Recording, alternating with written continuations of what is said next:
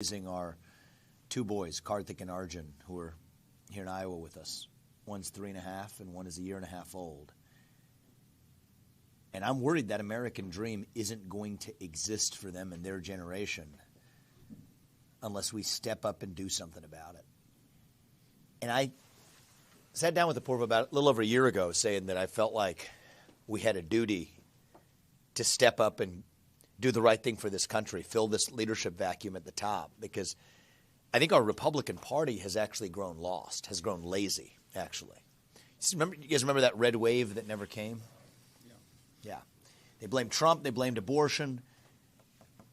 Get to the root cause of what it was, actually. We failed to stand for something. The Republican Party, we're giving you Biden bad. Biden bad is not an agenda. The other side, say what you will about them, they'll give you a vision. Race, gender, sexuality, climate. And we're sitting here criticizing that other side's vision, but without offering an actual alternative vision of our own. What do we actually stand for? What does it mean to be a Republican in the year 2024? What does it mean to be an American in the year 2024? I think it means we believe in the ideals of 1776. And I think we live in a 1776 moment right now. I don't think we have a country left if my kids are in high school before we get this right. If the interest payments on our national debt become the largest line item in our federal budget, we're toast. We're in quicksand then. That's 5 years from now. So we are not working with a lot of time. And if there's two basic ideals I want to revive in this country, two basic things this campaign is about, it's this. We, the people, create a government that is accountable to us, not the other way around. The people who we elect to run the government ought to be the ones who actually run the government. That's not the case today. It's the most basic idea. The people we're electing to run the government, at least let's hope they're the ones actually running the government. They're not. It's the deep state in the permanent bureaucracy in Washington, D.C., the three-letter agencies. If there's one thing I deliver as your next president, one war that I will wage, it is the war on that shadow government. 75% mass reduction in the number of federal bureaucrats starting on day one. For every 4 people that's there, 3 will be gone by the end of my first term. That's how you drain the swamp. There's a lot of these agencies that should no longer exist. Let's go down the list. FBI, ATF, CDC, Nuclear Regulatory Commission, U.S. Department of Education. We're going straight down the list. Those 5 right there are among those that we will just get in there and actually shut down. They can't be reformed. We have to get in there and shut them down. These aren't slogans to me. We've got clear plans for exactly how to do that. I get to do this without asking Congress for permission or for forgiveness because I run the executive branch of government. And it takes a president who actually reforms that bureaucracy before turning to the legislative agenda.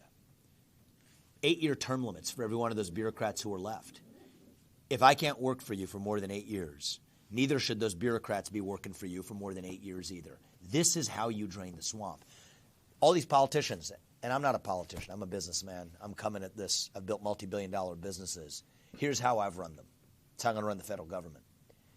Don't start with last year's budget, which is based on the prior year's budget, which is based on the prior year's budget, which in Washington, D.C., all of which is broken. That's how you get a $34 trillion national debt problem.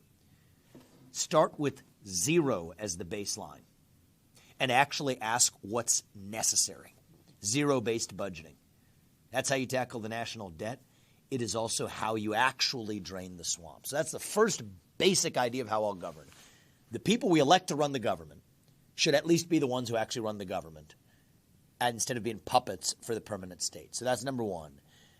And number 2 is the duty that I owe as your next president, the duty that every elected official owes you, is exclusively to the people of this country, not another one.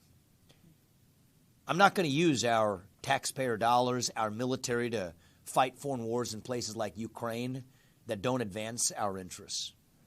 On day one, as your commander-in-chief, and again, I'm doing this without asking Congress for permission or for forgiveness because I'm the commander-in-chief, I'm going to move our troops from places like Germany and other places where they're sitting, they don't have use today.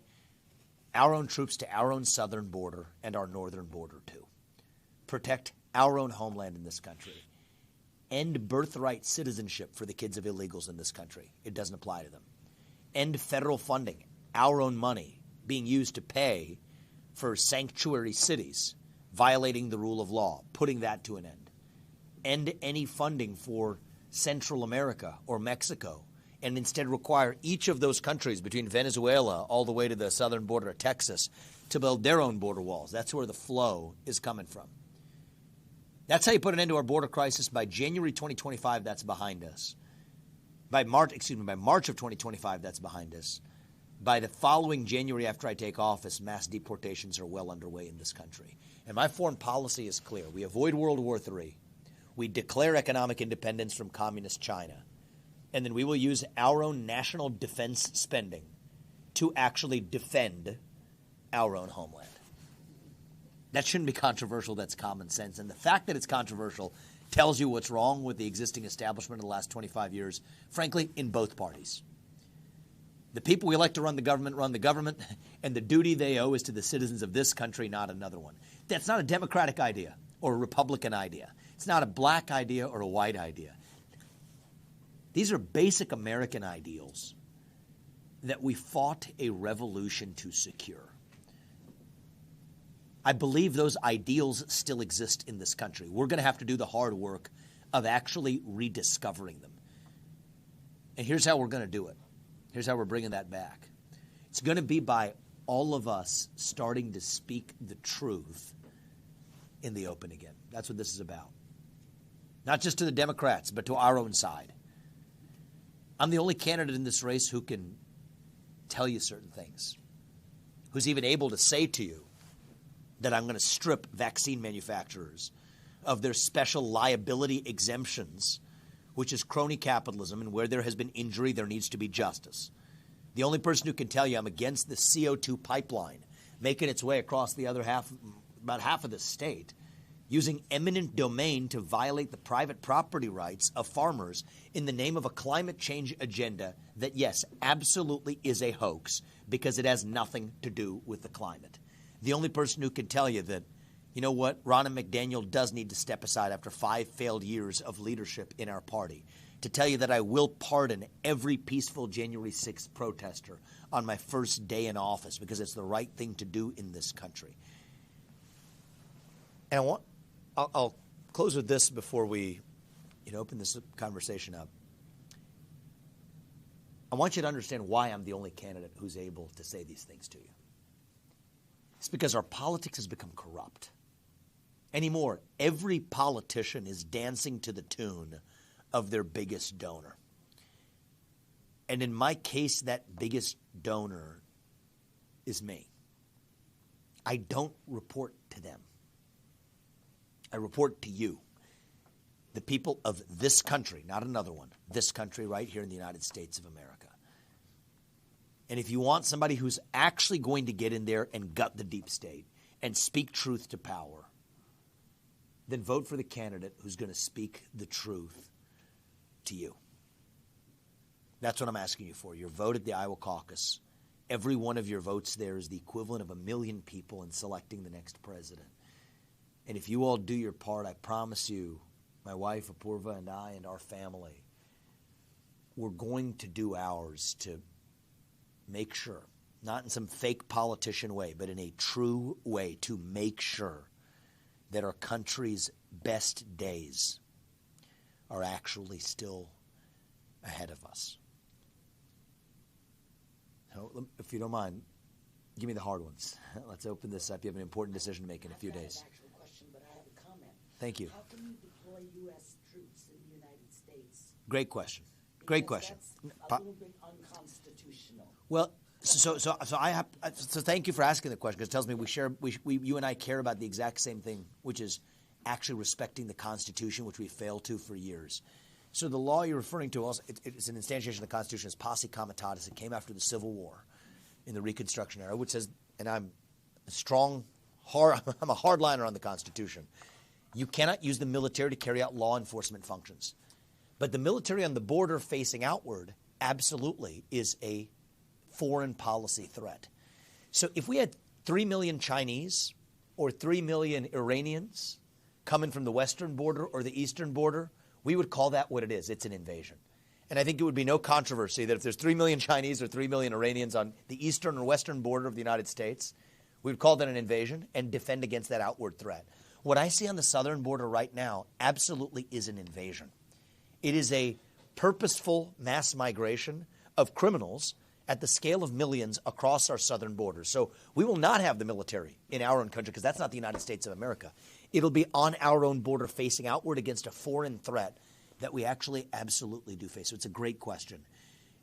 And I want you guys to know something about why I'm in this. I think it takes a president who is an outsider, who is willing to break glass when necessary, but also an outsider who knows and deeply understands the law and the Constitution in this country. And those two things don't usually go together. I mean, I bring in Trump brings the outsider mentality, that's fine, but it has to be an outsider who knows and understands the Constitution, or else I think the deep state will dupe you. That's what they did to Trump. They told him he couldn't fire those federal bureaucrats because of civil service protections.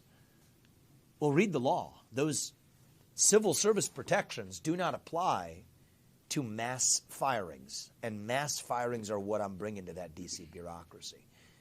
So anyway, that's a long way of saying I'm a constitutionalist above all, and I think it's a great question. I'm glad you asked it. But you had another. Yeah, you kind of sort of answered. Okay. Thank you. Okay. Well, I'm going to read this because I took some time composing this. okay. Considering our recent pandemic and your experience in pharmaceuticals, how will you address the refusal of the FDA, CDC, and the NIH to even consider the study of alternative treatments? And how will you, as president, advocate for the American families to ensure that all possible solutions are considered? Beautiful.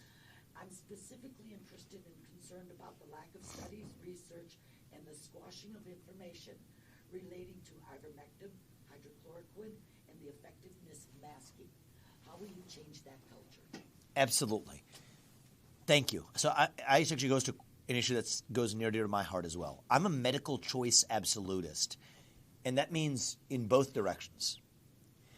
I think you should have the right to try something if you're fully informed with informed consent, even if the FDA has not approved it. And I think that you should not. But it didn't actually happen. I mean, I've been in this industry, yeah. But it was the right vision. Part of the problem is that if you have the right vision and you staff a bunch of people who disagree with your vision, you don't get it done.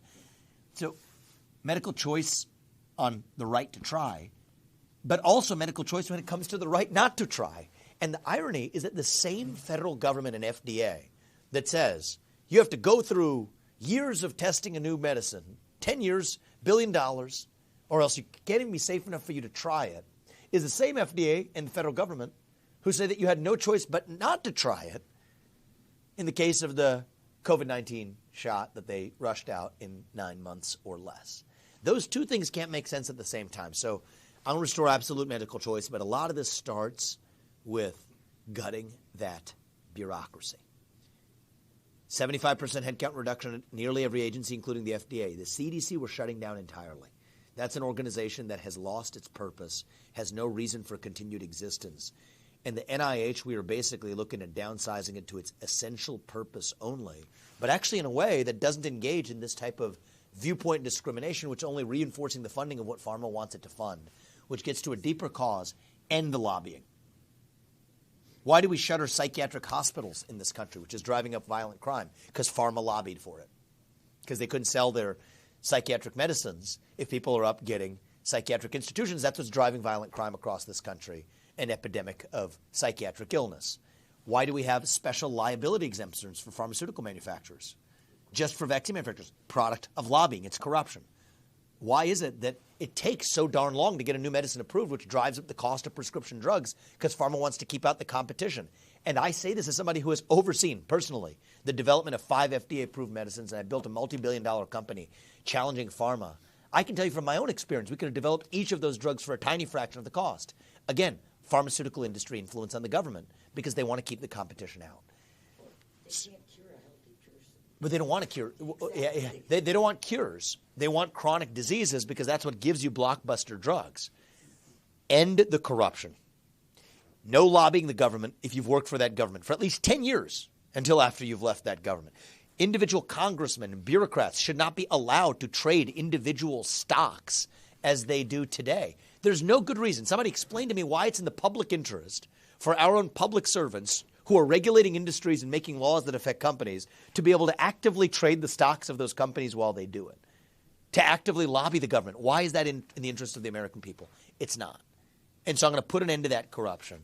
And I think it's going to take somebody who isn't bought and paid for by that same system to actually do it. And so 2 great questions, and I thank you for asking me. We'll come here and then we'll go here. Thank you. Either way. First of all, I just want to say I really like this banner that you've put behind yourself. Thank you. It does feel like as a society we've been slipping towards more of a cynical Pontius Pilate, what is truth, That's right. rather than an absolute truth that is based on, as you said, the rule of law and the Yes. Constitution. Back to the economy for a second. Yes. It seems to me, if you agree, the least painful way out of a $34 trillion debt that's now approaching over 100%, if not clearing 100% of GDP, is to grow the economy. Yes. So what would be, if you could pick 3, what would be the top 3 initiatives that would spark life into growth Sure. of the economy? Sure. Please. So one of them relates to my instant measure for also cutting the national debt without touching Social Security or Medicare. Half the Republican Party wants to cut Social Security, cut veterans' benefits, fork over more money to Ukraine. That's what I call America Last policy. And hire more bureaucrats. Of course, and more bureaucrats to manage it, which give you more of those, which give you more of the same. So 3 basic things to do. First of them is very simple. Get the oil and natural gas out from underneath our ground and sell it. Cold days make you appreciate fossil fuels. Oh, they do. I appreciate them on all days. I appreciate them on all days because they also help in the other direction too. That instantly buys down about $8 trillion of our national debt while also growing our economy. Okay. Next, stop using our taxpayer money to pay people more to stay at home instead of go to work. One of the top constraints on the economy, including for small businesses, probably even like the one we're in right now, is finding employees to staff open positions because we're using our taxpayer money to rack up more national debt to pay people to stay at home. That's number 2. Number 3, reform of the Federal Reserve. The Federal Reserve has been disastrous for our economy for the last 25 years. Real wage growth. Or eliminate. Well, I'm going to make you a promise I can keep without even asking Congress. To eliminate it, I need Congress.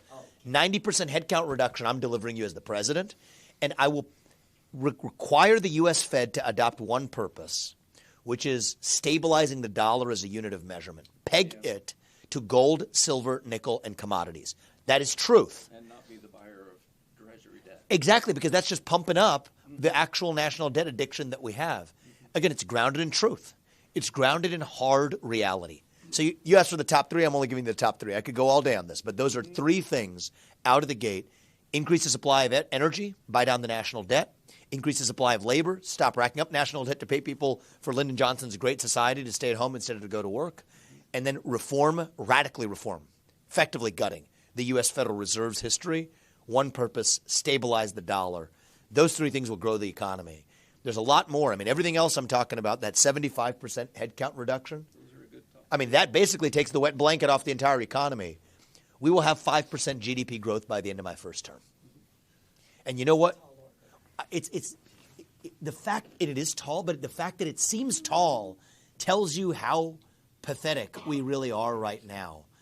And with the mass reductions I'm talking about, I guess I didn't mention this before, with the 75% headcount reduction also includes that rescinds any federal regulation that Congress has not passed. Most federal regulations are unconstitutional. We, the people, require a legislative process under Article 1 of the Constitution to pass legislation. Most of the actual legislation, the rules that govern our lives, doesn't come from Congress today. It comes from the regulatory state. It is my view and the current Supreme Court's view. Most important case of our lifetime came out last year, West Virginia versus EPA. Again, it takes a president who understands the Constitution. That held that most of the EPA's regulations are unconstitutional because Congress never actually passed them. If those are unconstitutional, so are most of the regulations from the SEC, the FTC, the TSA, the FDA, you go straight down the list, the alphabet soup, most of those are also unconstitutional. We rescind those on day one because if I swear an oath to the Constitution, I keep it. I don't need Congress to rescind those because they came from the executive branch. So yes, that's how we put this to an end. That unlocks the economy, and yes, I have an accountability to you. I think if we're not at 5% GDP growth by 2028, I have failed you as your president because it means I failed to do the other things that would have gotten us there. The accountabilities I want you to hold me to. I got a question last night. We had a great event last night. Somebody asked me a question. He's younger than me, and he says, what are the actual accountabilities that you can tell me that I can hold you to at the end of your first year or at the end of your first term, just so we can have something to measure you against? And I said, I love that question because I've interviewed thousands of people. I've hired many people. That sounds like the kind of question I would ask as a CEO of somebody I'm interviewing for a job, and that is what this is. This is a job interview. And he, like you are my boss. Not the mega donor class, not the establishment, the Republican Party. But we, the people, select a president. We, the people, hire a president. Basic list of accountabilities, that was on my list. Move our military to our southern border, seal the southern border, end birthright citizenship, end the border crisis. Number one is end the border crisis. We'll do that by the end of 2025. March of 2025, we have the border sealed. Growing the economy. We'll be at 5% GDP growth by the end of my first term. 75% mass reduction in the size of the federal bureaucracy. These are basic accountabilities that I can deliver to you as your next president by running the executive branch of government. None of what I'm telling you is contingent on Congress. There's a lot else we want to do through Congress. But the things I'm telling you about right here, these are the promises I get to keep as your next president. So if I fail to do that, that's nobody's fault but mine. And that's the standard I want you to hold me to. Sir, you had a question. Not really a question, more of a statement. So I didn't know who you were 6 months ago. Fair enough. And then Elon Musk took over Twitter. I'm not a social media guy. I never have been. I own 3 businesses. I work my ass off. So awesome. I started kind of seeing you come up, and I think it's your work ethic that impressed me the most. And I wanted to come and tell you, I don't think in my lifetime, I'm 50, I've seen anybody work so hard at trying to get this job. Thank you. I appreciate that. That's what people forget is that it is a job interview. You do work for the American people. And I just wanted to tell you how impressed I was with that. I wanted to come and tell you in person. I've messaged you a few times on Twitter, and then you probably get 1,000. I appreciate that. So. I used to actually respond one by one to the message. It just became impossible. And then I was like, my Thank wife was helping me. She's like, oh, he's going to be at Winterset. So I signed up, got the ticket, and I just wanted to tell you that, you have been getting it. And I know from building businesses, you have to. Yes. You got to get up. I get up at 4:45 every day. Sometimes I don't get home till 6 or 7 at night, and then I'm still working. And in order to be able to get there, and I think just because of your work ethic alone would make me vote for you. Thank you. I appreciate that. Apart from everything else you're saying, I think with her, some of it I think is a bit lofty just because of where we are as a nation right now. Yeah. I think you're going to get a lot of fight back from of course. Some of the richest people in the world. Already are. Going after Big Pharma and the Fed. Those are, but at the same thing, if you don't have big goals, what do you have to meet? Maybe you're right that we're in a, we're not wanting enough. Oh, we're not ambitious. Think about our founding fathers. You think about hard workers for you and me. They exactly. This example they set gives me inspiration. I'll tell you, the other night, you inspiring people. You inspire me. I see you working like that, and I'm like, okay. You could get tired. You can't tell me you're not tired this morning. You were at Wellman's at 9. I was watching. Thank you. Well, I'll tell you. Garbage, so you had to be up at 5 or 6 this morning. Yeah, we are, and we were. And you were just in Sioux City and didn't get back till 3:30 in the morning. And we were up at 6:30 the following morning. Right. To make sure we kept our commitments keep it up. The following day. Thank you, brother. I appreciate it. And that's how we're going to lead this country. That's how we're going to lead this country. Yeah. This country requires that. But I don't know if there's any Trump lovers in here. I'm not one. I'll get behind him if that's. But I think he thinks he's got it in the bag now. Mm-hmm. He's not doing as many things, and he's he's 77 years old. They're not going to let the man get anywhere near the White House. Let's also remember that. But I want to talk about this country. You think about our founding fathers. They're like, you operate 3 businesses. You're paying attention, plugged into our politics. You're coming to events like this. You care about the country. Thomas Jefferson, I talk about this sometimes in the campaign trail. He was 33 when he wrote the Declaration of Independence. He invented the swivel chair while he was at it, invented a bunch of other things, a scholar, fluent in like 5 languages. They didn't have the internet. They didn't have X back then. They had to go get books in other languages. The language of scholarship back then was Latin and French. You had to know those things to even actually have a country that was able to translate them. They didn't have – and you brought up electricity. It's funny you bring that up. One of the co-signers of the Declaration of Independence, along with Thomas Jefferson, was Benjamin Franklin, who actually partially invented an early version of the lightning rod in the home and the Franklin stove. So these are our founding fathers. We want the kind of people who could work at an insurance company during the day and then tinker in a garage and make a lightning rod at night. That's what we're founded on. Is we are the pioneers, the explorers, the unafraid, the people who no government will stop from achieving the maximum of our potential. So I thank you for saying that about me, but that's the founding spirit of our country, right? Frankly, Americans like a heavy lift, a big work is fun if you're actually guided by an actual purpose. and it's healthier than staying at home also. Why do you think we have that mental health epidemic? Yeah. I said we're paying people more money to stay at home instead of to go to work, and that's holding our economy back, and that's true. That's also driving that mental health epidemic of depression and anxiety and fentanyl and suicide. Exactly, the loss of that word we've lost, purpose. Gives half the people my age and younger, actually it's a majority, are still reliant on their parents for financial aid. For the first time in our history, that's true. Now, this is an aid, yet if people my age or younger sit in their parents' basement playing video games, smoking pot, collecting a small check, that's not even good for them, actually. That's what drives depression and anxiety and fentanyl and suicide. And so I feel blessed. Yeah, it is. Yeah. I was shoveling some snow yesterday in between our stops when necessary too. So I appreciate that spirit, but I consider it an honor, actually, to be able to have purposeful work that guides me. God has given each of us our own unique God-given gifts. It's up to us to use those gifts to do what's right in the short time we're given. My dad had a lot of sayings that when you're a teenager you roll your eyes at, but now that I'm a dad, maybe I appreciate more. I think so. He said, how do you spell luck? W-O-R-K. Well, I think there's a lot of truth to that, actually, and that's the spirit. It's how I run my businesses. It's how I'm running this campaign. It's how we're going to lead this country, and I appreciate you saying that. I appreciate your wife for flagging it for you, too. Thank you. Have you done the Iowa caucus before? No, I have not.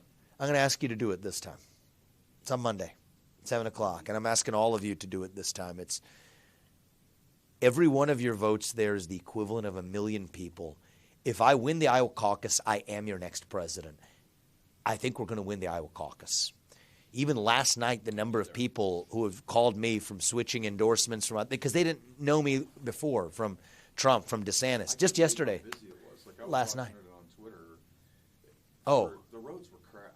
Yeah, it was in the middle of a blizzard, and we had several hundred people coming. But even some state legislators, et cetera, who went Trump, DeSantis, others, people calling me till midnight last night, saying that what at this, and we're 5 days away, saying that actually we're coming your way. We have many first-time caucus goers who have not been polled. Have you been polled, sir? No. In this? Okay, I didn't think so. Well, it's people like you who then. Well, actually, one of the polls, I haven't found one yet.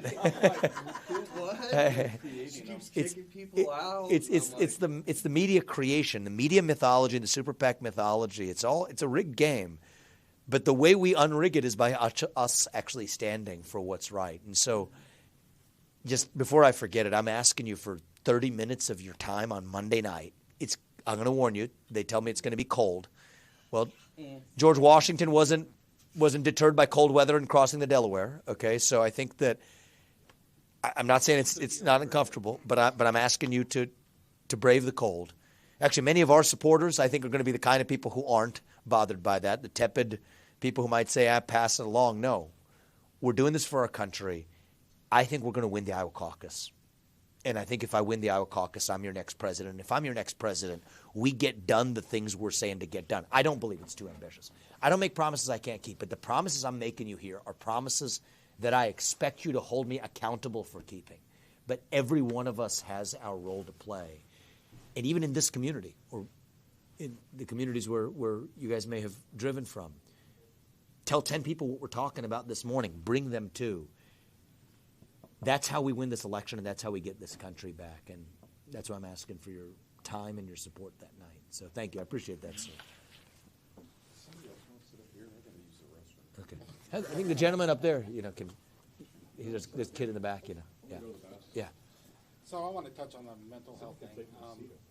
I'm in the mental health field, and I'm talking for the depression. What do you do?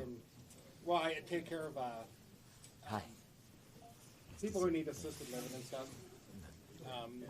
Fine. Whether it's Daniel, bipolar or Daniel, it's anything fine. worse. 5 minutes? Yeah, thank you. Anyways, I can only speak here in Iowa, but there's a lot of resource centers, a lot of state schools being shut down left and right. We're getting another one in Glenwood shut down, and I'm trying to be careful what I'm saying. Okay, fair enough. There's corruption being whatever you want to call it. But anyway, so we're down to like 2 or 3 maybe major, like Independence and Woodward and stuff. Okay. How is there a way we can fix this? And I'm talking more of the severe mental, not just depression. Yeah. Is there a way we can fix this? I mean, can we stop this? Is there anything we can do to this? 'Cause Yes. we're cutting all these people. Now we got all these people and nowhere for them to go now. Well, I think actually this is one of the areas where we need to bring back mental health hospitals and mental health institutions. Mm-hmm. Over the same period we have seen the closure of mental health institutions, we've seen a sharp rise in violent crime. That's not an accident. You want to know what the top source of mental health care is in the United States of America today? Prison. You know it. You know it. I worked in prison. So thank you for saying something about that, because many people don't realize that. We're using our prison system as a substitute for actual mental health care. And it starts with prevention. People don't automatically end up there. This starts with preventative care. It starts at a young age. Many kids are effectively sending signals that we're just ignoring, sweep them along. After what happened in Perry, Iowa, one of the things that was remarkable to me is you have teachers who've made this remark is saying, I can tell you kids who would be likely at risk for being school shooters a number of years from now. But we just pretend like that's just something that we accept in this country as opposed to getting that root cause of the mental health epidemic. A lot of that comes back to the mental health institution closure to farm industry lobbying. It's sad. The underbelly comes back to corruption. And then they've made some abuses. Where there's some abuses they pointed out. Of course, there were. We shouldn't repeat those mistakes. But that was an excuse to shut down actual institutions that were serving a proper purpose, faith-based approaches. There are non-pharmaceutical approaches, interventionist approaches. My mother was a geriatric psychiatrist who treated patients, including with PTSD, at the VA for part of her career as well. And so what we also need is a competitive health insurance marketplace that actually pays for health. We do not have a health care system in this country anymore. We have a sick care system, not a health care system. And so we need to be able to pay for basic preventative care.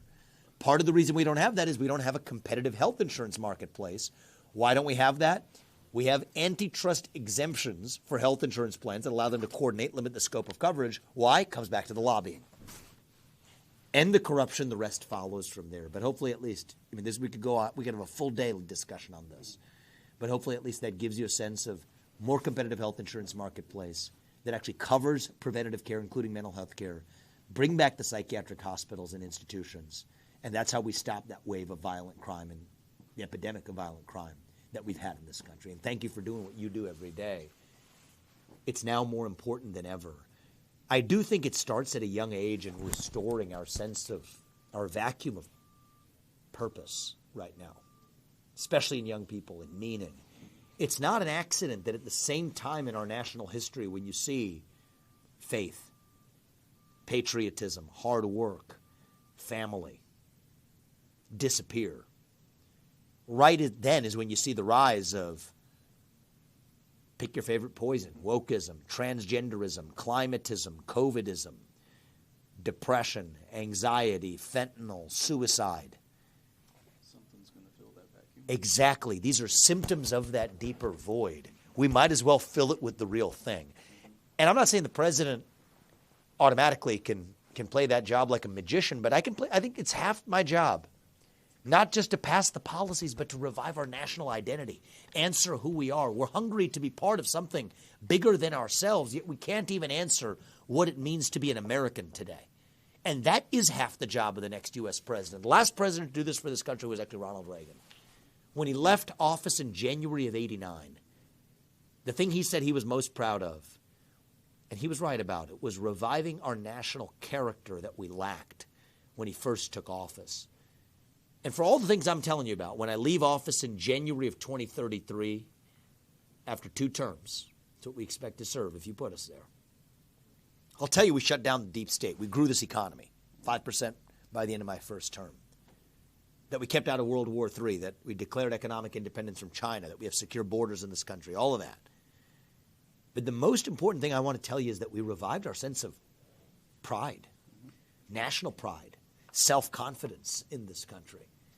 That my 2 sons and their generation, that they're proud to be citizens of this nation. And that, I think, is half the job of the next U.S. president, too, is to revive that national self-confidence, that inner animal spirit in our country that has been whipped, domesticated, tamed by this new culture that celebrates victimhood and penalizes excellence. Our culture of excellence leapt oceans to lift up China. Their culture of victimhood is now holding us back. And I believe when we rallied behind the cry to make America great again, we did not just hunger for one man. We hungered for the unapologetic pursuit of excellence, for those 1776 ideals, that spirit that set our country into motion. That's what I'm going to deliver as the next president. I think that that's half the job of the U.S. president, too. And I do think it's going to take somebody with fresh legs to do that. I think it's going to help to have somebody from the next generation to reach and lead that next generation of Americans who is lost, starving for purpose and direction.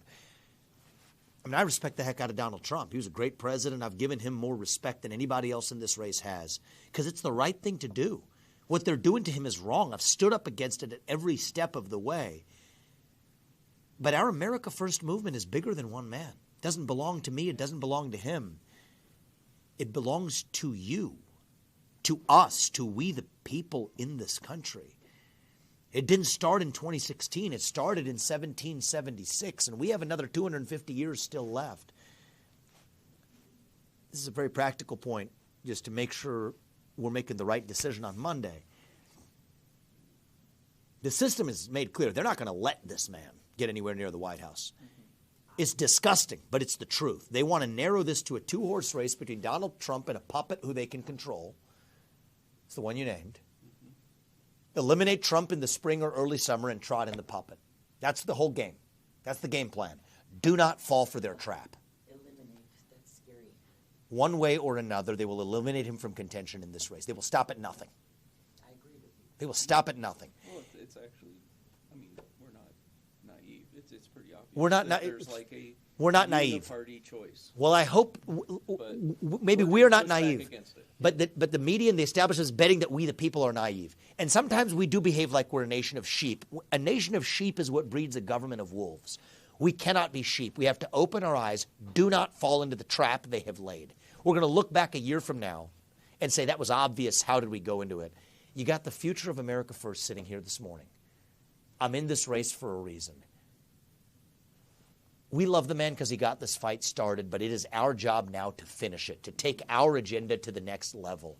And so that's why I'm asking you to do the right thing for our country on January 15th. And I'll respect his legacy more than anybody else. In many ways, if you want to save this country and even save the persecution of people like Donald Trump along with it, the best way to do that is to vote for me. And I think that that's why I'm in this race. We're guided by our sense of purpose, and we're going to stop at nothing until we get this done. Maybe we have time for one last comment or question. I just going to give, maybe we'll give a couple people who haven't had a chance yet. We'll go here. I don't know what all I've missed. That's okay. But I was wondering how you felt about the bipartisan package that was just passed with $65 million going to Ukraine. I don't feel good about it. I think it's a disaster, and I think it reflects corruption. We're cutting social. Both of those, the Uniparty wants to cut Social Security and Medicare and veterans benefits to ship more money so some kleptocrat in Ukraine can buy a bigger house. It is corrupt, and it needs to come to an end. use our own military resources to protect our own borders instead of somebody else's, we're increasing the risk of World War III as we do it. And this is the problem with our Republican Party. I'm sick and tired of a Republican Party that really, when it comes to the core issues, isn't that different from the Democratic Party that we're railing against. That's the sad truth. We have to define what the Republican Party is. I think we are the party of 1776, the party that stands for the ideals of the American Revolution enshrined in the Constitution. That's not the Republican Party we have, but that's the one I'm going to recreate and lead. And I think it is shameful and disgusting, and every one of those Republicans, I think, needs to be held accountable for using our own money as though it were theirs to give away. We'll go there and there. Okay, yes. I lost track, sorry. Every time I go to the store, I pick up something that says made in China, made in China. Yes. Made in China. Even most American flags are made in China. What are we going to do as a country or as a president Yes. to curb that and say, get things made? In the USA. So one of the things that's happening is we have all kinds of regulations, including the climate cult, that is shackling the United States while leaving China untouched. Many businesses are choosing to go there. I'm going to kick China out of the WTO. I'm going to sit down with China and make a clear conversation to say, unless they're playing by the same set of rules, which they're not, that's not capitalism. That's their version of mercantilism. It's cheating. We will not buy land in this country. You're not going to donate to universities in this country. You're not going to turn our companies into lobbying pawns. You're not going to be allowed to lobby our own government. You're kicking out of the WTO until you play by the same set of rules. And if not, if you're really taking a spine and say you're ready to cut the cord, then China's going to have to play by that same set of rules. But I think that part of this is just that production in the United States has been shackled by our own regulatory apparatus that has choked this out of existence. And that's what I'm going to put an end to. So I gave a speech in Central Ohio about pharmaceutical independence in this country. 95% of our pharmaceuticals come from China. We can't depend on our enemy for the pills we put in our mouth. Most of our military industrial base, our military equipment depends on China. The F-35 jets are made in China. The American flag and to our F-35 jets are made in China. That ends on my watch. Our military can't depend on our enemy for our modern way of life. And so I've laid out a clear plan for how to do that. And for me, this is, again, I give Trump credit for exposing some of this, but we have to actually go the distance to get this job done. That's the Declaration of Independence that Thomas Jefferson would have signed if he were alive today. And it's the one I'll sign as your next president. Sir, we'll give you the final word. Okay. You said that day one you would go in and weed out the deep state. Fire 75% of the bureaucrats. Excuse me. And I know that Trump said that when he went in. Yep. And he ended up having advisors Yep. and stuff saying this and that. And he ended up getting surrounded by the deep state. They duped him. Right. And one thing I could tell you is Nikki Haley or John Bolton or Lindsey Graham or Karl Rove or these types, they're coming nowhere near my administration. Right. So my question is how would you, being an outsider, not knowing all the ins and outs and all the little webs that are involved in the federal government, how would you know and get the right people in the know to go after those people? Thank you, sir. It's a very correct, it's a spot-on question to ask. I'm not saying this to boast, but I'm just speaking truth. I mentioned this earlier before you came, but it's an important enough point that I'll mention it again. It takes an outsider to break the glass, but it also takes an outsider who knows and deeply understands the law and the Constitution in this country. I think I'm probably the only person who's run for president in the last 25 years whose works are quoted by federal appellate court judges in some of the cases finding their way relating to big tech censorship or other constitutional cases making their way to the Supreme Court now. And so those two things don't usually go together. You got the academic law type over here, the businessman type over here. They don't go together.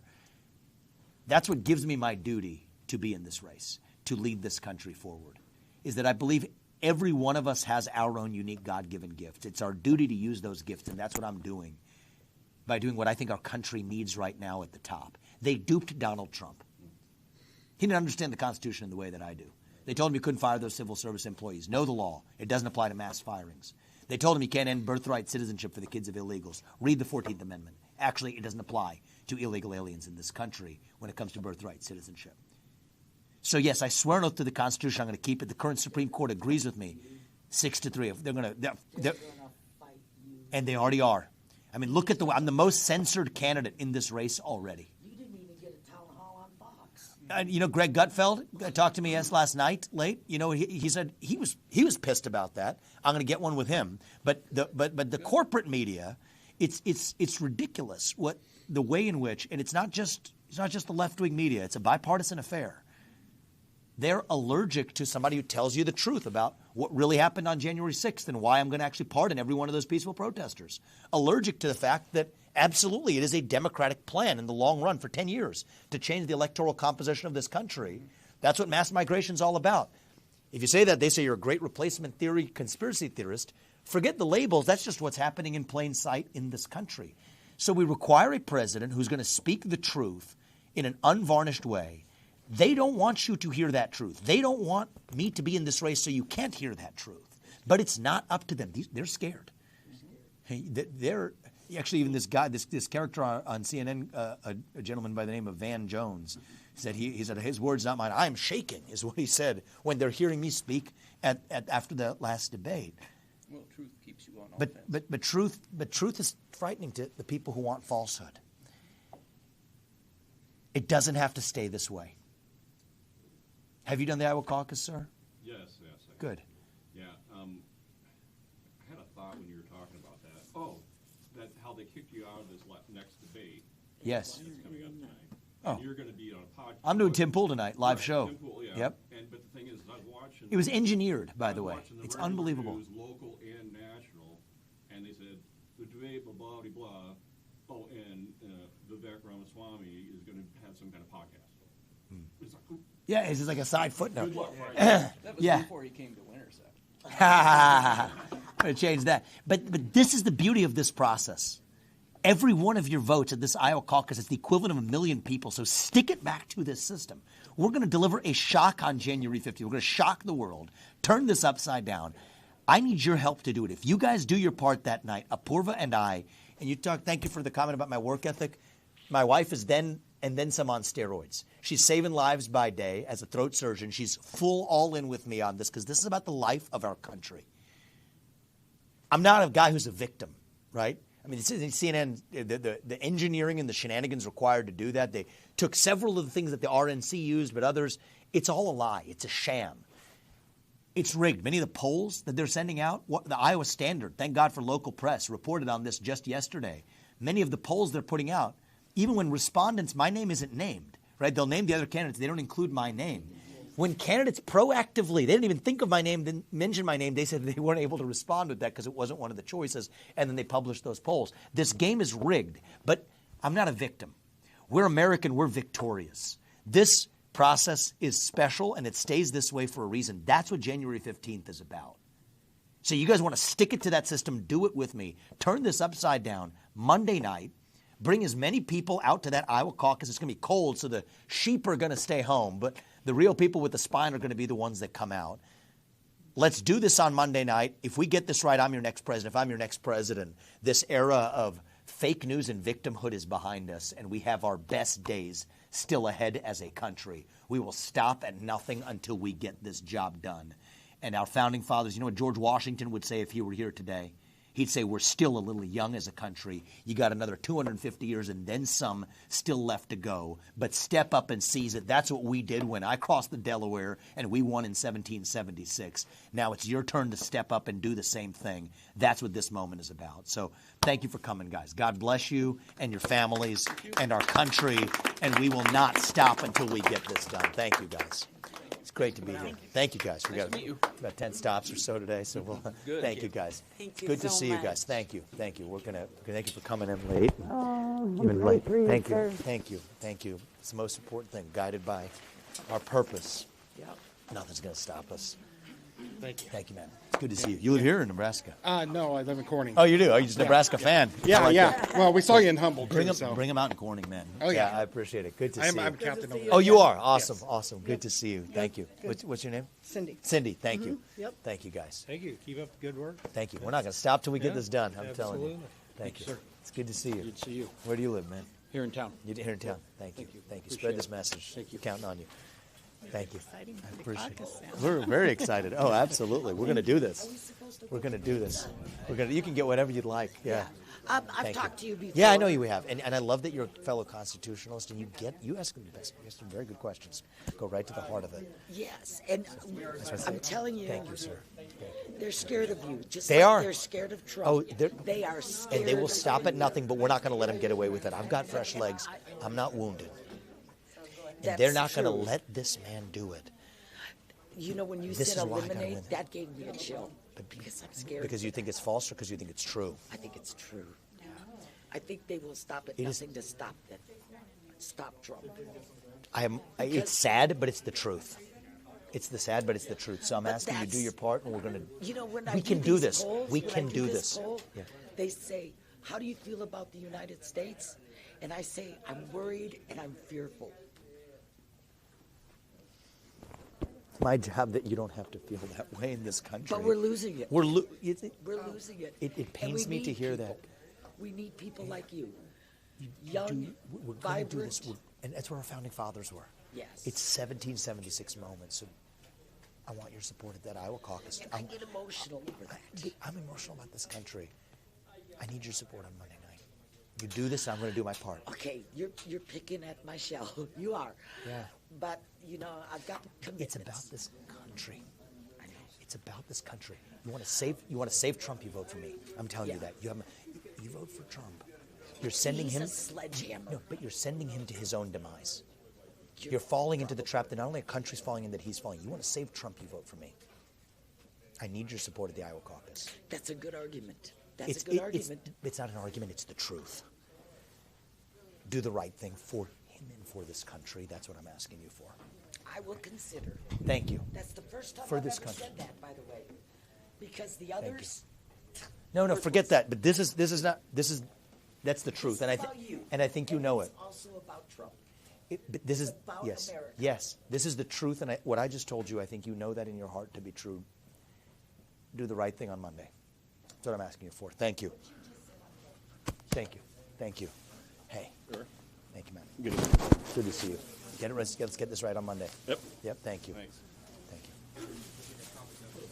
Thank you, guys. I appreciate you guys. Yep. Thank you. Thank you, man. Good seeing I you again. appreciate it. Good seeing you. Hey, Jack. How you doing, man? If you have any ideas for today, let me know. Thank you. Thank you.